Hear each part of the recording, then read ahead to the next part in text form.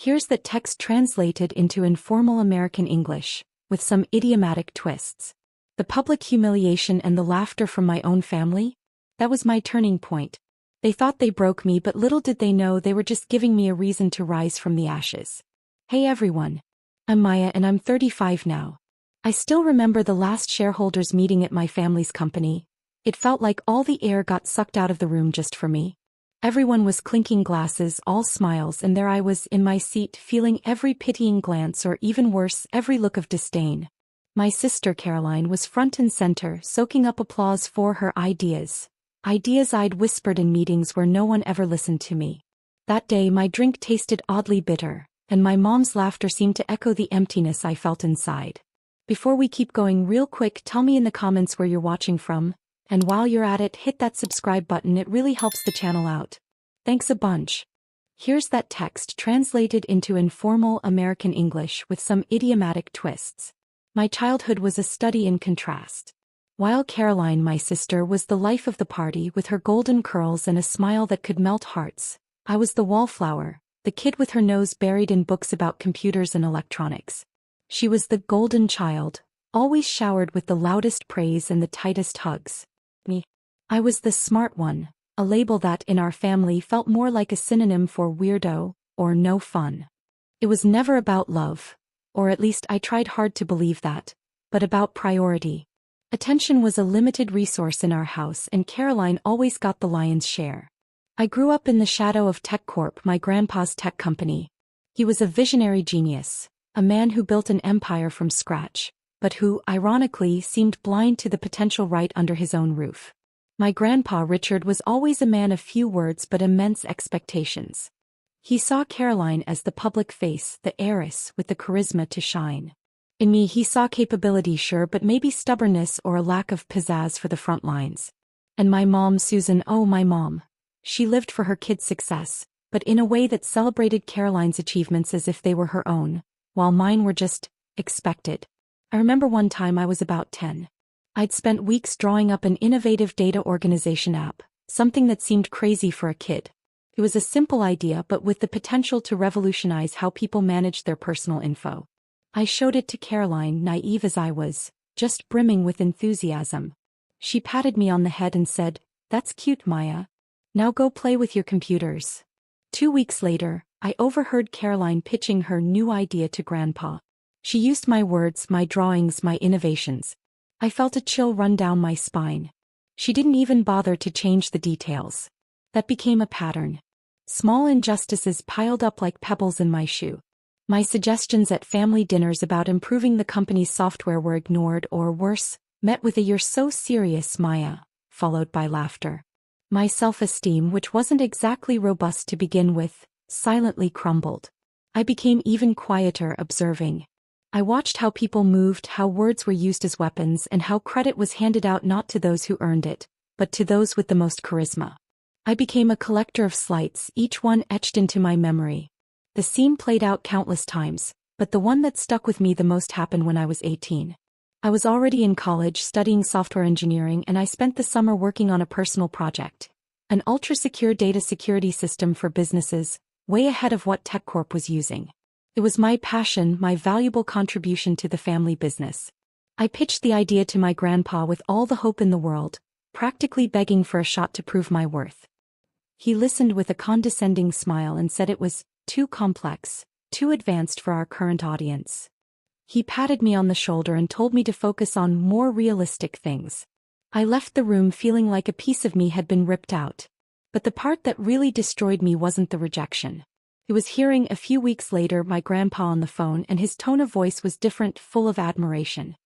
He was showering Caroline with praise, gushing about that brilliant idea she'd had. That idea was mine. College was a refuge. Away from the suffocating atmosphere of my home, I was able to blossom.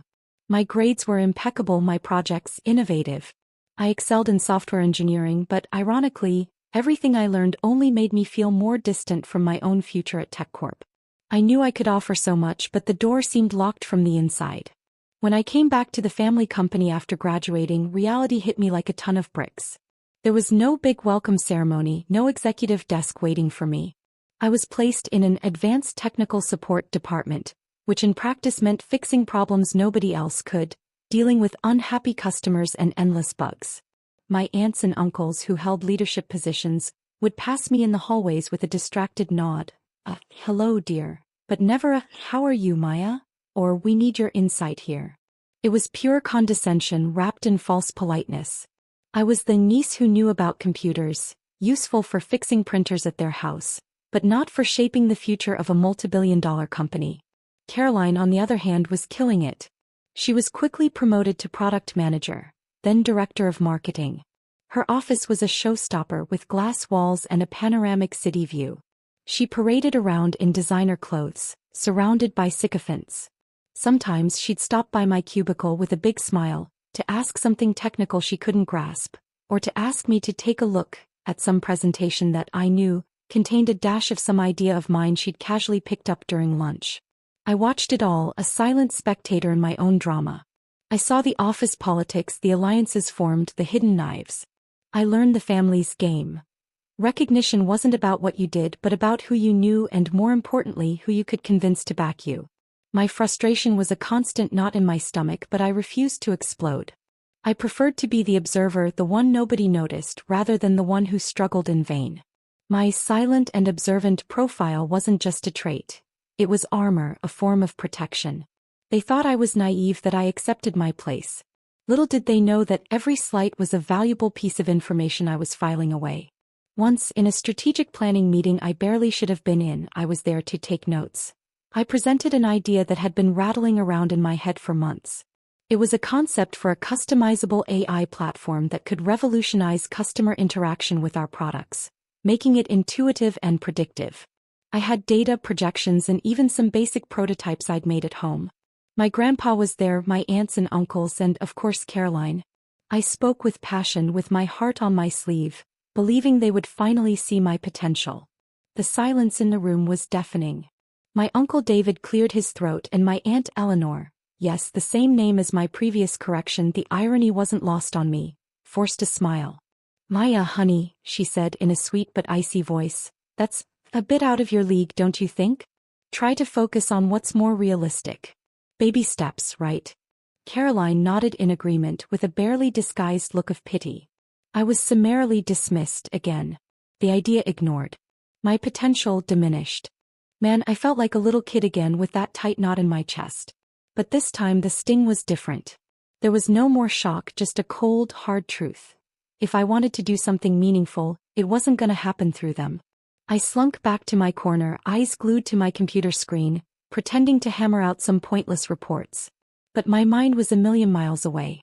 I started digging through my old projects, fine-tuning that AI idea. The seed of my own revolution was planted. I wasn't gonna talk anymore. I was gonna do. A few weeks later, an email from a colleague in another department, someone I barely knew, landed in my inbox. The subject line read, "Urgent info, confidential." I opened it, curious as hell. He'd noticed something weird. A new team was quietly being put together. The project? Exactly the AI platform I'd proposed, the one they'd brushed off as too ambitious for me. And who was leading it? Caroline, my sister. The TechCorp 50th anniversary bash was the event of the year. The ballroom at the city's swankiest hotel was practically dripping with glitz and glam. Crystal chandeliers sparkled over tables draped in perfect white linen and overflowing with fancy flower arrangements. Family, friends, big-shot shareholders, and the tech elite, all cozying up, celebrating my grandpa's legacy. I was there, of course, decked out in my best, but feeling like a fish out of water in a shark tank. They moved with a grace I'd never possessed, with practiced smiles and small talk about investments and exotic island getaways. I just watched, taking in every detail, every interaction. The subtle dance of power and prestige that permeated every laugh and every toast. I was still chewing on the bitter pill of finding out about Caroline's secret team. That was my idea, my project. And they were building it without me, with my sister at the helm. I kept to the sidelines, exchanging a few words with people who barely recognized me, while Caroline, in her stunning dress and a smile that seemed to light up the room, was the center of attention. She was the golden child, the natural successor. I was just the guest who knew too much but nobody cared to listen to. The highlight of the night came when my grandpa Richard took the stage. At 80 he still had a commanding presence, but his voice carried the weight of the years. He talked about TechCorp's history, the hurdles they'd overcome, the bright future ahead. My heart started pounding. I knew what was coming next. He announced with a grand flourish the company's new CEO. Caroline. The room erupted in applause. My grandpa, beaming with visible pride, hugged her on stage. I watched, poker-faced, as she accepted the microphone. The ache in my chest was an old friend, but this time it came with a flicker of anger. Caroline, with her usual slick way with words, started her speech. She thanked Grandpa, the family, the employees. And then came the part that really twisted the knife. "This is a time for renewal and daring," she said, flashing a sneer subtly in my direction. "We need vision, boldness, and not ideas that are a little too modest for our future." A wave of laughter swept through the room. I saw some aunts and cousins shoot me quick, pitying glances. My mom, Susan, laughed right along, a loud, off-key cackle that echoed in my ears. Not a laugh of mockery, but pure celebration for her favorite daughter's success, completely oblivious to the impact of her words on me. In that moment the pain was gone. The public humiliation, the open contempt, my own mother's laugh. It hit me differently. Something in me broke, yeah, but it wasn't my spirit. It was the last shred of hope I had of being acknowledged by them, of being seen as an equal part of that family. That thread snapped, and in its place, a cold, ruthless clarity was born. I realized I was free. Free from their expectations, free from needing their approval. They had just handed me the biggest gift of all. An undeniable reason to fight for myself and only for myself. The speech went on, but I wasn't listening anymore. The noise of the ballroom, the voices, the laughter. It all seemed distant.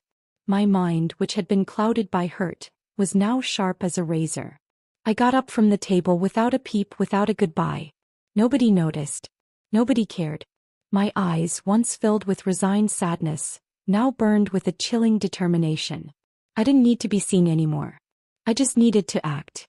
I walked towards the exit, feeling the fabric of my coat against my skin as I grabbed it from the cloakroom. Every step was a silent promise. My mind was already churning, building, planning. The gala night didn't end at the hotel door for me.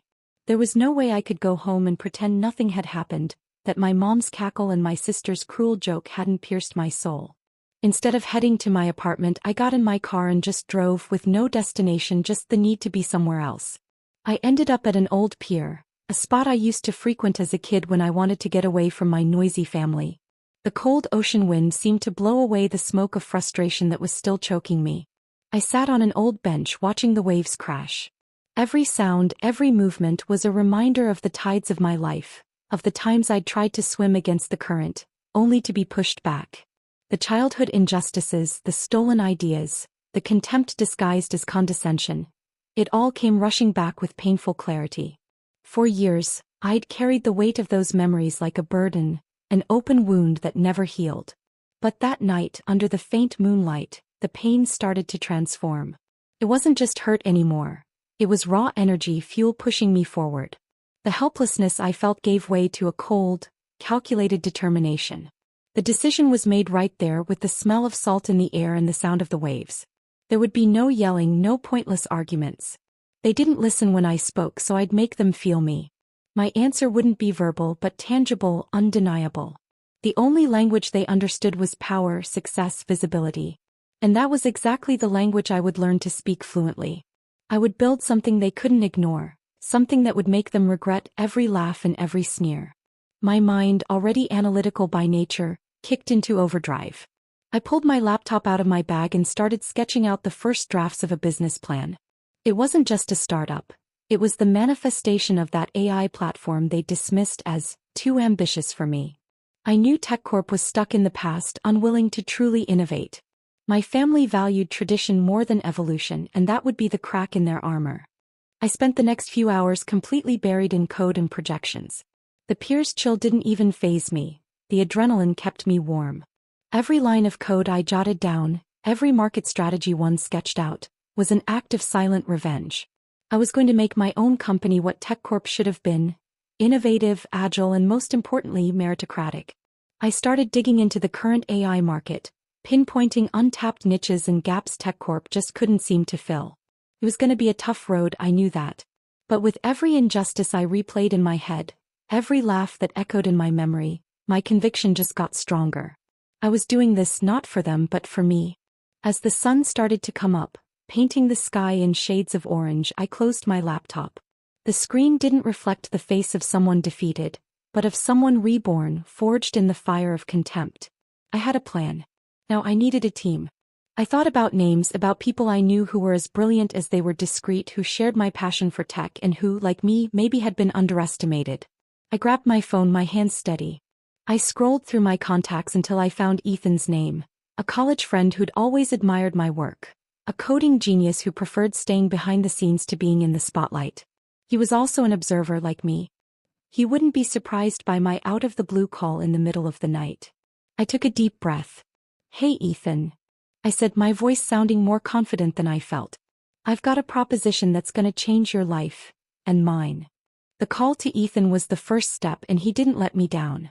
He was all in without hesitation, driven by curiosity and an unwavering faith in my abilities. Soon enough, Ethan brought in 2 more trusted programmers, both talented and, more importantly, discreet. That's how Nexus was born, a name I picked because it represented a connection, a meeting point that TechCorp had failed to be. Our HQ was a small rented office in an old building, miles away from any connection to my family. It was a modest space, but it pulsed with an energy I never felt in TechCorp's flashy headquarters. The initial challenges were huge. Every cent of my savings went into the project. I sold some heirloom jewelry that meant nothing to me, but it was enough to cover the first few months of operations. Nights turned into days, fueled by cold coffee and reheated pizza. Sleep was a luxury I couldn't afford. My team and I worked tirelessly, refining the AI platform, transforming my initial vision into something concrete and functional. Every line of code was a silent answer to those who doubted me. Every new feature added was a step towards my revenge. Meanwhile, life at TechCorp went on, at least in the eyes of the family. Caroline was at the helm, but her leadership was more about charisma than competence. She was great at speeches and presentations, but terrible at making strategic decisions and effectively managing teams. Sporadic news reached me through old colleagues who still saw me as a harmless ally. Little rumors about some investors' dissatisfaction, about stagnant innovation and losing talent to smaller companies. I soaked up every bit of information, fitting it into my plan. My invisibility in the family, once a curse, became my biggest weapon. No one expected anything from me, so no one was watching. This allowed me to operate in the shadows, building my fortress while theirs started to crumble. I used external contacts, people I knew from college or tech conferences, to get info on TechCorp's vulnerabilities. Seemingly innocent conversations, subtle questions about market trends and the performance of big players, gave me a clear picture of the battlefield. My suspicions about Caroline's incompetence and my family's complacency were confirmed. They were losing their way, obsessed with the past and blind to the future that was unfolding. The AI platform Caroline was supposedly developing, the one that was my idea, seemed to be in deep trouble. Rumors were that the project was behind schedule and way over budget. The irony was cruel. They had trashed the original, more efficient and brilliant version because of my lack of ambition, and now they were failing with a half-baked copy. I felt a mix of satisfaction and a pang of sadness. My grandpa's company, the legacy he built with so much effort, was being eaten away from the inside. But I couldn't back down. Justice for me was the priority. One afternoon, while reviewing some TechCorp financial reports I'd gotten through indirect channels, an email with the subject, "Urgent Information," popped into my inbox. The sender was unknown, but the attachment contained an internal TechCorp document detailing the performance of Caroline's AI project. My eyes scanned the lines and a bitter smile formed on my lips. The document revealed that the idea Caroline had stolen was failing miserably, not just delayed but causing significant losses for the company. The irony was too delicious to ignore. Nexus was growing. The results from that first anonymous tip about Caroline's failing project fueled me even more. My team and I dove deeper into developing our AI platform, refining every feature, making it not just functional but intuitive and indispensable. The prototypes that once only existed in my rough drafts were now taking shape, exceeding all my expectations. A buzz about our tech started to spread in very specific circles, attracting the interest of some angel investors who saw the disruptive potential of what we were building. But the price of invisibility of my secret operation was high. While I buried myself in work, isolated in my small office, my family's life went on. I saw the photos on social media, the news about Caroline leading company charity events, being praised in corporate magazine articles. My mom, Susan, proudly posted about my sister's brilliance, about how she was taking my grandpa's legacy to new heights. It was a stab to the gut with every post, every compliment. They were celebrating the copy, the farce, while the true mind behind the innovation hid in the shadows. The pain was a constant reminder of why I was doing all of this. It wasn't just about money or power, but about being seen, about validating my own worth. Under Caroline's leadership, TechCorp seemed to be in a free fall. The reports I was getting from increasingly desperate sources within the company painted a grim picture: client stagnation and a significant revenue nosedive. Caroline kept making big promises but never delivered. The company's stock started to wobble, and my grandpa Richard looked more and more worn out in the few photos I saw of him. Decades of complacency combined with weak leadership were finally catching up. In a move I can only call desperate, the family decided to throw a Hail Mary. I heard through a contact who had access to high-level strategic meetings at TechCorp that they were trying to acquire a competitor's tech. It was a last-ditch effort to make up for Caroline's failed AI project, a way to breathe new life into the company. They had their eyes on a small startup developing a specific type of data compression algorithm, something TechCorp desperately needed to optimize its own systems. That news made me sit up straight in my chair. The irony was, this data compression algorithm was something I'd been perfecting at Nexus for months. It was a key piece of my own product, something that would give our AI platform an unparalleled competitive edge. What they didn't know was that the competitor's tech they were chasing was actually a crucial step for my own launch.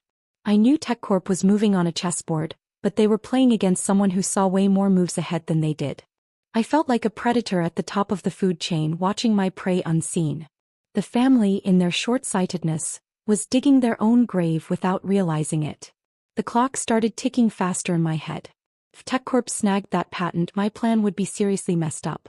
It was like history was repeating itself, but this time I had the power to change the ending. I couldn't let them take one more thing that was mine.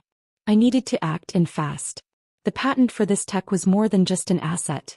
It was the decisive next step for my company. I knew the family was negotiating to buy a company that held the patent for a key piece I needed for my own product launch. The race against time had begun.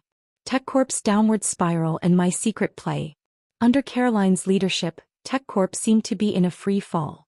The reports I was getting from increasingly desperate sources within the company painted a grim picture: client stagnation and a significant revenue nosedive. Caroline kept making big promises but never delivered. The company's stock started to wobble, and my grandpa Richard looked more and more worn out in the few photos I saw of him. Decades of complacency combined with weak leadership were finally catching up. In a move I can only call desperate, the family decided to throw a Hail Mary. I heard through a contact who had access to high-level strategic meetings at TechCorp that they were trying to acquire a competitor's tech. It was a last-ditch effort to make up for Caroline's failed AI project, a way to breathe new life into the company. They had their eyes on a small startup developing a specific type of data compression algorithm, something TechCorp desperately needed to optimize its own systems. That news made me sit up straight in my chair. The irony was, this data compression algorithm was something I'd been perfecting at Nexus for months. It was a key piece of my own product, something that would give our AI platform an unparalleled competitive edge. What they didn't know was that the competitor's tech they were chasing was actually a crucial step for my own launch. I knew TechCorp was moving on a chessboard, but they were playing against someone who saw way more moves ahead than they did. I felt like a predator at the top of the food chain, watching my prey unseen. The family, in their short-sightedness, was digging their own grave without realizing it. The clock started ticking faster in my head. If TechCorp snagged that patent, my plan would be seriously messed up. It was like history was repeating itself, but this time I had the power to change the ending. I couldn't let them take one more thing that was mine. I needed to act, and fast. The patent for this tech was more than just an asset. It was the decisive next step for my company. I knew the family was negotiating to buy a company that held the patent for a key piece I needed for my own product launch. The race against time had begun. The patent pursuit, my chess match. The news that the family was negotiating for that data compression tech patent sent me into a frantic sprint. It was a crucial piece of my puzzle and I couldn't let it fall into their hands. Nights, already short on sleep, became non-existent. I dove headfirst, using every contact and every ounce of my smarts to weave a web of manipulation that no one in my family would see coming. My first move was to pinpoint the company holding the patent. It was a small startup called Data Vault, known for its innovation but also for being a bit shaky financially. Perfect. My strategy was two-pronged. On one hand, I needed to sabotage TechCorp's negotiations. On the other, I needed to make sure the patent came to Nexus. I started quietly spreading rumors in the market, through trusted contacts I'd built up over the years. People who trusted me and my judgment. Subtle hints about TechCorp's internal instability, Caroline's questionable leadership, and their lack of funds for big investments, all without exposing myself. The idea was to plant seeds of doubt in the minds of Data Vault's executives. At the same time, I reached out to Data Vault through a shell company I'd created specifically for this operation. It was a generic name with no visible connection to Nexus or TechCorp. My goal was simple: offer a more competitive price but with a bonus. I suggested a strategic partnership, promising resources and a bright future. Something TechCorp in its current state couldn't convincingly offer. It was a high-speed chess game and every move had to be perfect. I needed to be faster, smarter, and, above all, more persuasive. The pressure was immense. The stress piled up, showing itself in throbbing headaches and a constant feeling of exhaustion. The loneliness of this path was palpable. I couldn't share my fears or my wins with anyone but Ethan and my small team. It was a secret that weighed heavily, but it also gave me a unique strength. It was proof that I could fight for myself without my family's validation or support. Every step I took, every email sent, every call made was a reminder that I was in control for the first time in my life. The weeks dragged on in a haze of negotiations and counteroffers. I heard the internal reports from TechCorp, Caroline, and my grandpa's frustration with Data Vault's irrationality in hiking up their demands. They had no idea I was the one behind that irrationality. I'd chuckle to myself in my office when my uncle complained about how tough the negotiations were. It was a dark but real satisfaction. Finally, the news came. Data Vault accepted our proposal. The patent was mine. Nexus now held one of the most advanced data compression algorithms on the market, a piece that would make our AI platform unbeatable. I felt an overwhelming wave of relief, mixed with a contained euphoria. I had won this crucial battle and no one in my family had even suspected my involvement. But the victory came at a cost. Frustrated by the failed patent acquisition and desperate to show results, my mom, Susan, made an impulsive move. I found out by chance about a conversation she had with my aunt. She had decided to make a last-minute investment in an apparently promising venture fund, hoping for a quick return that could ease TechCorp's crisis. What she didn't know was that this fund, Innovative Horizon, was a scheme I had subtly helped inflate in the market. I had bought shares in it weeks earlier, encouraging its artificial growth with controlled and targeted information. It was a fund that looked like a good deal to the unsuspecting, but it was about to tank. With Data Vault's patent secure in my hands, Nexus was ready to take off. But before the launch, I watched TechCorp sink even further. The news from inside the company just kept getting worse. Failed projects, talent fleeing to competitors, and, above all, the spectacular flop of that AI project Caroline had stolen from me. It was a black hole of inefficiency and waste. My sister kept up her forced charm, but the results spoke for themselves.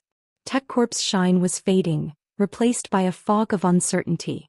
I'd been watching from a distance through my contacts and market news, as the family's desperation grew. The internal squabbles got more frequent, more heated. The cousins who used to scoff at my knowledge were now whispering about the crisis.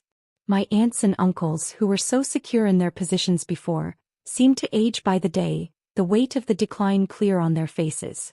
It was a weird mix of sadness and satisfaction.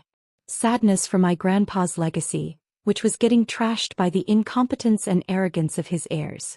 Satisfaction to see justice served, to witness the downfall of those who'd humiliated and ignored me for so long. The financial hit started to land. That Innovative Horizon venture fund, where my mom had impulsively invested, began showing signs of collapse. I had secretly played a part in inflating that bubble with calculated info, pulling out my own investment at just the right time. My mom, Susan, and the rest of the family who jumped in headfirst were now bleeding money at an alarming rate. It was a domino effect, a direct result of the recklessness and lack of planning that had become the family's management style. They were so used to having everything handed to them they forgot how to actually keep it. One afternoon I was visiting my grandpa at his place. A rare, courtesy visit, almost a formality. I found him pale, looking really down. While I waited for him in his living room, I heard voices coming from the kitchen. It was my mom on the phone with one of my aunts. Her voice was choked up, something I'd never heard before. "I don't know what we're going to do, Helena," she was saying. "The money's just disappearing. Richard's so worried, and Caroline, she has no answers. I don't know if we'll be able to keep everything." Hearing my mom like that hit me hard.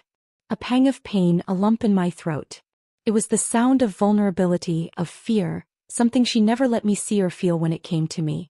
For a brief moment I felt an urge to step in, to spill the beans, to take the load off her shoulders. But the memory of the laughs, the scorn, the day I was called untalented, came rushing back. That pain pushed me forward. This was the result of years of being undervalued, of bad choices driven by vanity and complacency. I had laid the groundwork, and now the harvest was in sight. My resolve was reinforced. My grandpa's call came 2 days later as I was wrapping up the last details for the Nexus launch. His voice was dry, without his usual enthusiasm. He was informing me of the date for TechCorp's annual shareholder meeting. This was it. The stage was set. My long wait was about to end. I looked at the calendar in my office, at the date circled in red. That was the day the world would finally see who I really was and what I was capable of. The date for TechCorp's annual shareholder meeting was set, and I knew I couldn't put off my own big moment any longer. That was my deadline, the point of no return. The Nexus launch was a game-changer in my life. There was no pomp, no fancy parties like my family threw. It happened in our small office with the team that had become my second family: Ethan, Sarah, Tom, and Liam. We were dead tired, but the adrenaline kept us going. Each of us had poured our heart and soul into that project, and seeing the AI platform, once a vague idea in my head, now ready for the world, was an indescribable feeling. The emotion I felt hitting that launch button was a mix of relief, euphoria, and a bittersweet touch. Relief to finally see years of work and frustration come to fruition.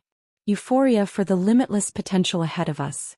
And bittersweet because, deep down, a part of me still wished my family had seen my worth earlier, that we could have built something together. But that thought lasted only a moment, quickly overtaken by the determination that now guided me. Nexus's initial success was off the charts. Our AI platform was intuitive, powerful, and, thanks to the patent I'd acquired, incredibly efficient. It filled a market gap that TechCorp, in its complacency, hadn't even noticed. Our first clients, whom we'd landed through contacts and discreet demos, became our biggest champions. Word of mouth spread like wildfire, and our platform's adoption numbers started climbing exponentially. We were gaining ground at a speed TechCorp could never match with its outdated structures and red tape. It was fascinating to watch the contrast. While TechCorp was dragging its feet, losing value and relevance, Nexus was flying. Our product was lean, fast, and innovative, completely outshining the family company's stale offerings, which were struggling to push slow software with clunky interfaces. My revenge, I realized, wouldn't be some sudden outburst of anger, but the inevitable result of a job well done and a vision they refused to see. By this point, the letters for TechCorp's shareholder meeting started arriving in the mail. I got mine, of course. As a minority shareholder, almost insignificant in their eyes, my invitation was a mere formality. I tucked it away, a discreet smile on my lips. It was my ticket to the grand finale.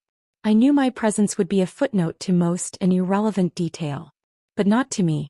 I also made sure that generic invitations were sent to all shareholders, including some of my own strategic contacts whom I'd encouraged to acquire small bits of TechCorp stock over time. These were people I trusted and who could witness the revelation I was about to orchestrate. The stage was set. In the days that followed, Nexus continued to dominate the headlines in tech forums and specialized websites. I started seeing articles talking about the new force in the AI market and the startup that came out of nowhere to shake up the giants. No one had made the connection yet to TechCorp, to my family, or to the untalented daughter they'd dismissed. But that anonymity was about to end. The day of TechCorp's annual shareholder meeting arrived, and the air in the hall was heavy, nothing like the sparkle and joy of the gala dinner. There was no festivity, just palpable tension. The look on my family members' faces was one of concern, especially my grandpa Richard, who seemed to have aged 10 years and 9 months. He tried to keep his composure, but his eyes revealed the weight of what was happening. Caroline was up on the podium, sporting a forced smile, but the confidence she usually wore was clearly shaken. Her presentation was a train wreck. The numbers were catastrophic, the AI project she'd ripped off was burning through cash with no return, and her promises of a comeback sounded completely hollow. She kept talking about market challenges and adapting, but it was plain as day to anyone in the room that incompetence was the real issue. The shareholders' questions were sharp, dripping with skepticism and frustration. Caroline tried to dodge them, but with every answer she just dug herself deeper into a hole. I watched it all from a table in the back, a quiet figure in the crowd, just like always. My heart was pounding, but my mind was ice-cold, laser-focused. Every screw-up from Caroline, every grumble of disapproval from the shareholders, was like another brick in my foundation. I'd trained for this moment, rehearsed every word, every move. I wasn't there for some impulsive revenge. I was there to deliver a meticulously planned dose of justice. The room was a powder keg, with whispers of discontent growing louder by the minute. When Caroline finally wrapped up her pathetic presentation, an uncomfortable silence hung in the air. That's when my grandfather cleared his throat and with a choked-up voice said, "We'll open the floor for questions from an interested shareholder." That was my cue. I slowly stood up, feeling a few eyes turn to me, still just quiet Maya. A shockwave went through the room when they realized who I was. My mom gasped, and Caroline went white as a ghost, her eyes wide as saucers. The buzz started. "Maya? What's she doing here?" I walked up to the podium, ignoring the stunned looks. I grabbed the mic, and my voice, though calm, rang out with a clarity that silenced the room.